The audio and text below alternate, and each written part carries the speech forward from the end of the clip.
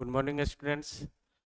चलिए आज फिर हम लोग जो है क्लास 10th का जो बोर्ड एग्जाम होने वाला है सोशल साइंस यानी सामाजिक विज्ञान का जो हमारा विषय चल रहा था इतिहास, उसका जो चैप्टर है भारत में राष्ट्रवाद का अगला जो पार्ट है आज हम लोग पढ़ेंगे। इससे पहले हम लोगों ने 4 पार्ट देख चुके हैं, 4 वीडियो पढ़ चुके हैं। अब उसका अगला जो टॉपिक है तो आज 5वां पार्ट होगा और इसमें जो बचा हुआ आज यह चैप्टर समाप्त हो जाएगा। आप लोग को लास्ट में 2-4 क्वेश्चन दिया जाएगा प्रैक्टिस के लिए।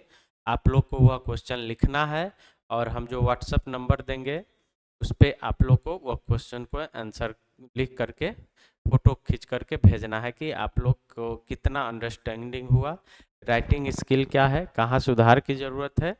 क्योंकि आगे अगला मंथ में हम लोग राइटिंग स्किल पर ही बात करेंगे। उस पे आपको वर्क दिया जाएगा, रोज का रोज वर्क दिया जाएगा आपको ग्रुप के माध्यम से और आपके तैयारी को नियमित रूप से जांच किया जाएगा।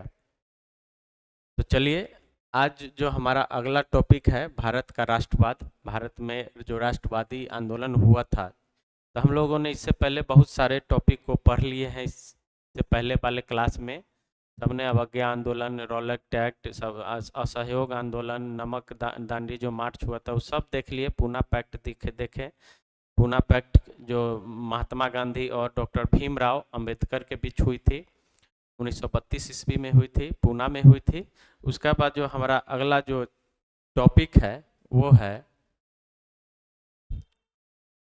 सामूहिक अपनेपन का भाव, यानी भारत में जो राष्ट्रवाद की भावना जो भड़की थी, यानी राष्ट्रवाद की भावना जो लोगों में जागृत हुई थी, वह सामूहिक रूप से यानी राष्ट्रवादी विचार को उत्तेजित करने में क्या क्या कौन कौन से कारक थे जो सहयोग किए थे। तो उसमें जो जो अपनेपन का जो भाव उत्पन्न किया था लोगों में, राष्ट्रीयता का, राष्ट्रवाद का, उसमें देखेंगे तो पहला जो है चित्र और प्रतीक।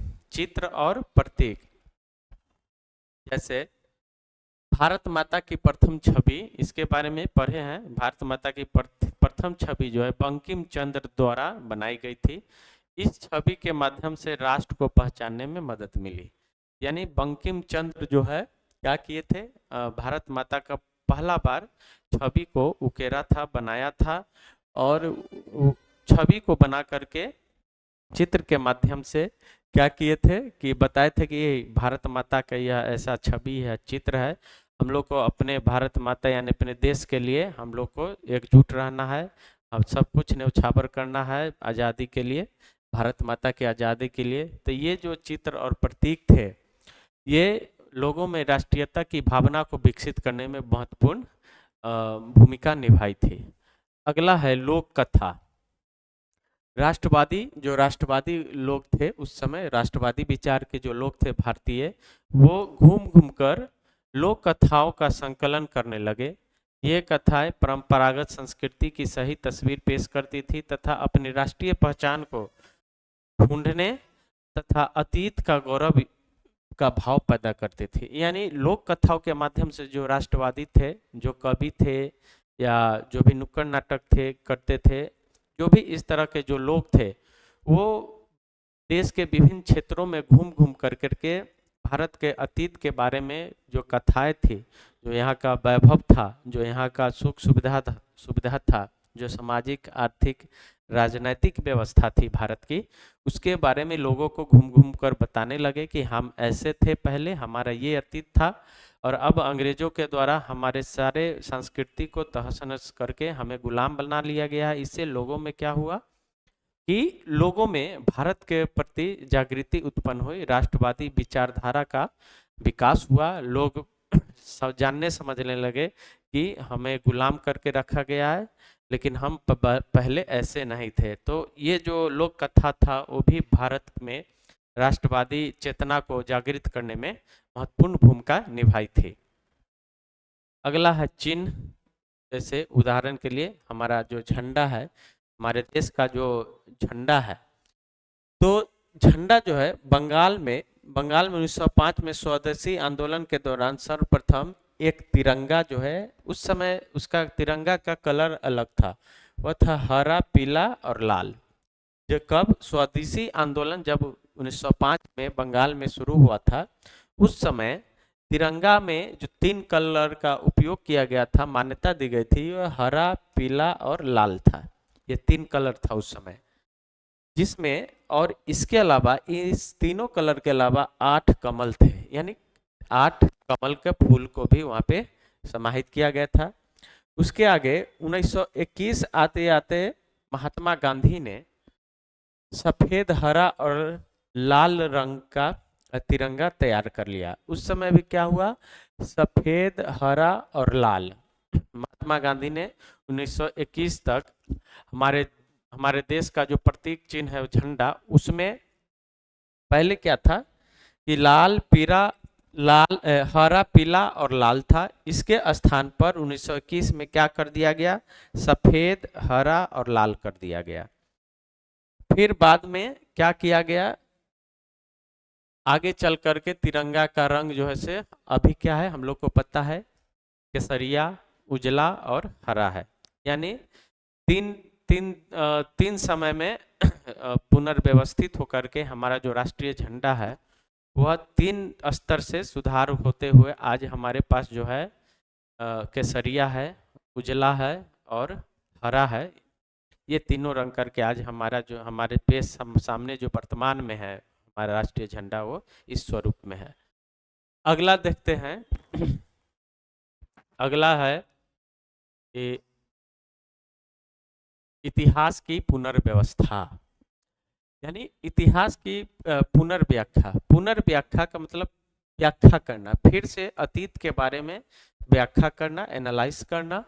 तो बहुत से भारतीय महसूस करने लगे थे कि राष्ट्र के प्रति गर्व का भाव जगाने के लिए भारतीय इतिहास को अलग ढंग से पढ़ाना चाहिए, ताकि भारतीय गर्व का अनुभव कर सके।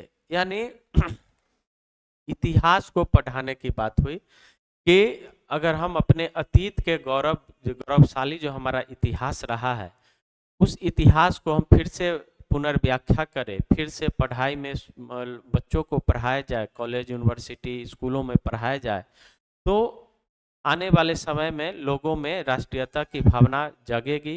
अपने अतीत से और अभी के वर्तमान स्थिति से कंपैरिजन करेंगे, तुलना करेंगे, तो उनमें जो अंग्रेजी शासन का जो दोहरी नीति था उसके बारे में लोगों को समझ में आएगी और राष्ट्रीयता की भावना उनमें विकसित होगी। अब अगला है गीत। जैसे वंदे मातरम जो गीत आया था वो लोगों को बहुत ही उत्साहित किया था। 1870 के दशक में बंकिम चंद्र ने यह गीत लिखा था। मातृभूमि की स्तुति के रूप में यह गीत बंगाल के स्वदेशी आंदोलन में खूब गाया गया था। यानी वंदे मातरम जो गीत है वो 1870 के दशक में बंकिम चंद्र के द्वारा इस गीत को लिखा गया था। और बंगाल में जब 1905 ईस्वी में स्वदेशी आंदोलन हुआ था, तो उस आंदोलन में इस गीत को बहुत प्रसिद्धि प्राप्त हुई थी। यानी इस गीत को बहुत बड़े स्तर पर गाया गया था। इससे क्या हुआ था कि मातृभूमि की स्तुति है, ये जो वास्तव में जो वंदे मातरम है, यह हमारे देश की मातृभूमि की स्तुति है, गुणगान है। और ये बंगाल के जो स्वदेशी आंदोलन हुआ था 1905 में, इसमें इस गीत को गाया गया था, बहुत प्रसिद्धि मिली थी। तो इस तरह से हम लोग देखें कि राष्ट्रीयता की भावना कैसे विकसित हुई भारत में, लोगों में, कि कौन कौन से आंदोलन हुए, उनमें क्या क्या विशेषता थी आंदोलन की, क्या क्या घटनाएं घटी, हम लोगों ने देखे। सभी लोग ये जो भी वीडियो इससे संबंधित है, इस चैप्टर से बारी बारी से सभी पार्ट को देखना है, समझना है और इम्पोर्टेंट पॉइंट को लिखना है।